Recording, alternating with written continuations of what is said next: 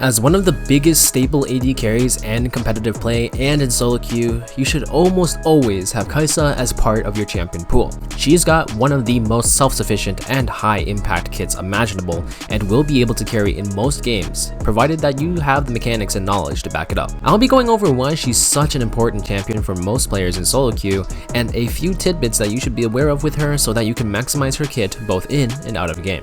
If you enjoyed this video, make sure to get subscribed for more content like this. Kaisa is such a powerful and potent AD carry no matter the meta. This is thanks to a couple of unique factors that make her stand out versus other champions in slot. These also contribute to why she's so hard to balance and how, depending on when you watch this video, you may or may not see her in the meta at all. The first of these factors is her self-peel and mobility. Out of all of the AD carries in the game, I'd say Kaisa has some of the best self-peel in the entire game, and the difference this makes in an environment like solo queue cannot really be understated here. With a natural stealth being able to ward off enemy backline dive, as well as her ultimate granting a fairly large shield and an excellent repositioning tool, it's no wonder why so many players in solo queue and pro play alike will get their hands on Kaisa whenever they can. The Achilles heel for most AD carry champions, and more so the role in general, is that they are very glass cannon in nature and they don't have much in the way of an escape, but exchange that for an incredible amount of damage output when left untouched. Each AD carry in the game changes this ratio of damage to mobility, but Kaisa kind of takes this to another level. Most AD carries in the game generally have a fairly linear sort of goal when it comes to playing teamfights. Play front to back and hit whatever targets you can. However, Kaisa is quite the exception here.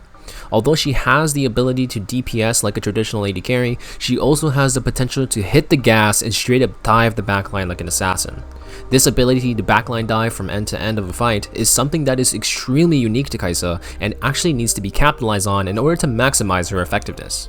She's balanced around the fact that she can focus her damage onto priority targets, so it is actually your job as the Kaisa player to identify this and be able to use this ability.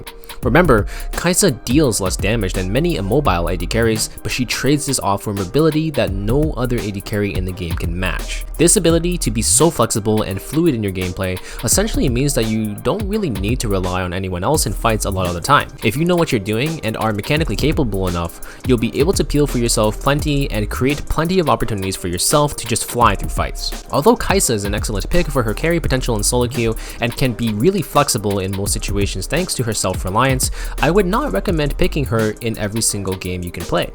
Sounds counterintuitive, but the reason I say this is mainly due to the variance and bot lane matchups that she can face. Kaisa 100% thrives best with lanes that are very aggressive and can best succeed with the lead because her mobility and survivability allow her to snowball out of control.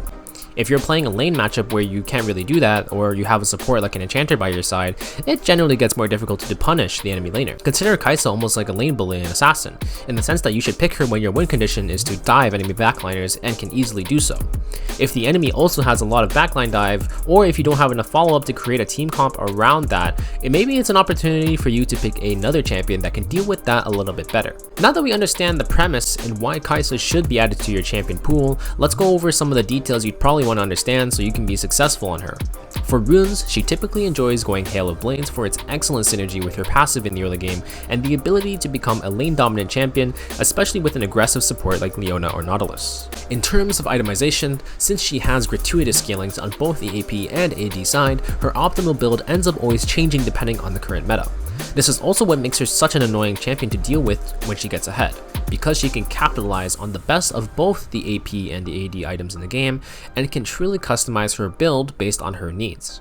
A classic example is building Zhonya's. Like, what kind of ADC can just go out and randomly cop that item no problem? It leaves way for some of the most creative and strange builds we can see on a champion, and I think that leaves great opportunities for players like us to really get creative on that front. I also want to cover some combos on Kaisa that can be incredibly helpful. The first on the list is timing your auto attacks with your Q. Since your Q and her autos look so similar to each other, it's actually a common misconception that they cannot be used at the same time, except that the reality is that they can. Sneaking in that auto attack while you're using your Q is essentially just putting out more damage for free.